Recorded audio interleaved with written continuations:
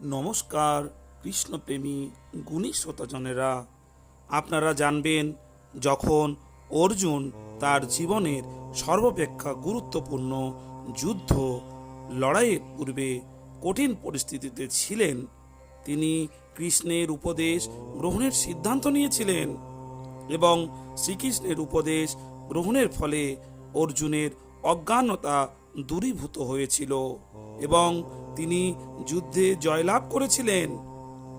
আমরা যদি ভগবত গীতার মতো শাস্ত্রগ্রন্থকে আমাদের জীবনের ব্যাকরণ বলে স্বীকার করি, তাহলে আমরা আমাদের জীবনের সমস্যা থেকে মুক্ত হয়ে একটি অর্থবহ জীবনের সূচনা করতে পারব। ভগবত গীতা আমাদের শিক্ষা দেয় যে আমরা হলাম শাশ্বত আত্মা এবং আমরা ভগবান শ্রীকৃষ্ণের অবিচ্ছেদ্য অংশ। আমরা দুর্দশাগ্রস্ত এই কারণে যে আমরা আমাদের এই জড় দেহ দ্বারা আবৃত হয়েছি এবং যতদিন আমরা আমাদের এই জড় দেহাত্মবোধে আবদ্ধ থাকব, ততদিন আমাদের দুর্দশা থাকবেই। জন্ম, মৃত্যু, জরা ও ব্যাধি এই ভৌতিক জগতে আমাদের নিত্য সঙ্গী।